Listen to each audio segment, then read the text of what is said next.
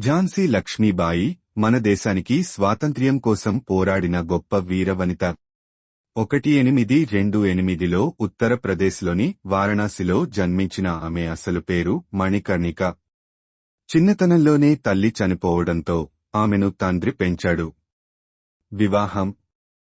మణికర్ణికకు విద్యాభ్యాసంతో పాటు గుర్రపు స్వారీ, కత్తిపట్టటం వంటి యుద్ధ కళలలో ప్రావీణ్యం వచ్చింది.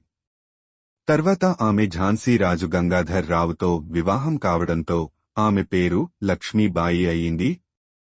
ఘోర సమస్య.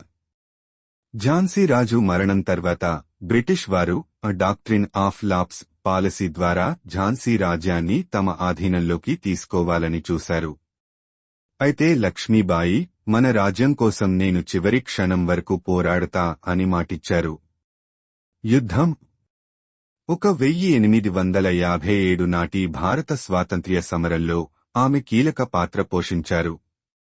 బ్రిటిష్ సైన్యానికి ఎదురులేని ధైర్యం చూపి సేనను నడిపించారు. మేరా ఝాన్సీ నహీ దుంగా అని ఆమె ధైర్యంగా చెప్పిన మాటలు ఇప్పటికీ ప్రేరణగా నిలుస్తాయి.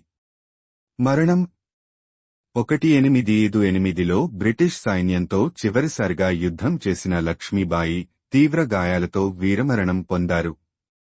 ఆమె వీరోచిత త్యాగం భారతదేశానికి చిరస్మరణీయంగా నిలిచిపోయింది. ముగింపు.